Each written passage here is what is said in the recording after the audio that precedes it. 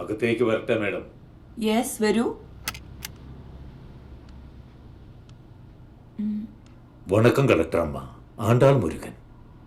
ഓ, ധാരാളം കേട്ടിട്ടുണ്ട്. ഇരിക്കൂ. മാഡം, ഒരു ഡീൽ സംസാരിക്കാനുണ്ട്. ഓ, അതിനെന്താ, നല്ല കാര്യല്ലേ, പറയൂ. മാഡം, ആ സ്കൂൾ വിഷയം എനിക്കൊരു വലിയ തലവേദനയാണ്. അത് നമുക്കൊന്ന് പറഞ്ഞു തീർക്കണം. അതാ നേരിട്ട് കാണാൻ വന്നത്. ഒരു സ്കൂളല്ലല്ലോ ഇതിപ്പോ, ഒരുപാട് സ്ഥലത്ത് ഇതല്ലേ അവസ്ഥ. വൃത്തിയില്ലാത്ത ടോയ്ലറ്റ്സ്, ഇത് കഷ്ടല്ലേ? കഷ്ടം തന്നെ. എന്നാലും ഒന്ന് ചീഞ്ഞാലല്ലേ മറ്റൊന്നിനെ വളമാകൂ. അതും നേരാണ്. കളക്ടർ ആവാനും അന്തസ്സിൽ ജീവിക്കാനും പണം വേണം.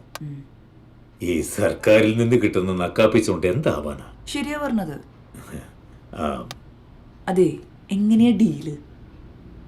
മാഡത്തിന് തിരക്കുള്ളതല്ലേ, ഡീല് ഞാൻ പറയാം. സ്കൂളുകൾക്ക് കൊടുക്കുന്ന അരി, പയർ മുതലായവയുടെ കോൺട്രാക്ട് വർക്കുകളും മെയിൻ്റനൻസ് വർക്കുകളും എനിക്ക് വന്നുകൊണ്ടേയിരിക്കണം. എല്ലാത്തിനും എല്ലാ ബന്ധപ്പെട്ട ഓഫീസുകൾക്കും ലക്ഷങ്ങളും കോടികളും കൈമാറുന്ന ഏർപ്പാടാണ്. കേട്ടുണ്ട്, ഇങ്ങനെ പല മേഖലകളിലും ഡീലുകളുണ്ടല്ലോ അല്ലേ? ഉണ്ട് മാഡം. ആ,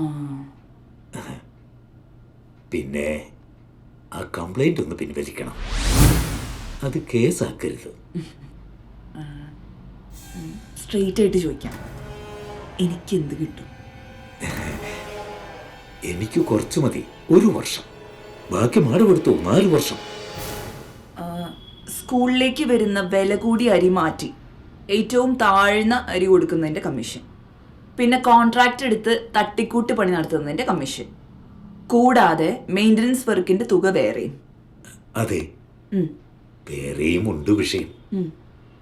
നമ്മൾ പാർട്ട്നേഴ്സായ പിന്നെ ആ, എനിക്ക് 4 വർഷമൊന്നും വേണ്ട, എനിക്ക് 1 വർഷം മതി. അല്ല, ഡീൽ ഓക്കെ അല്ലേ? ആണ്ടവാ, കളക്ടർ ആയാലും ഇങ്ങനെ വേണം. പക്ഷെ ആ 1 വർഷം കൊണ്ട് ഞാൻ ഈ നാട് വെടുപ്പാക്കി തൂത്ത് വാരും. Okay okay.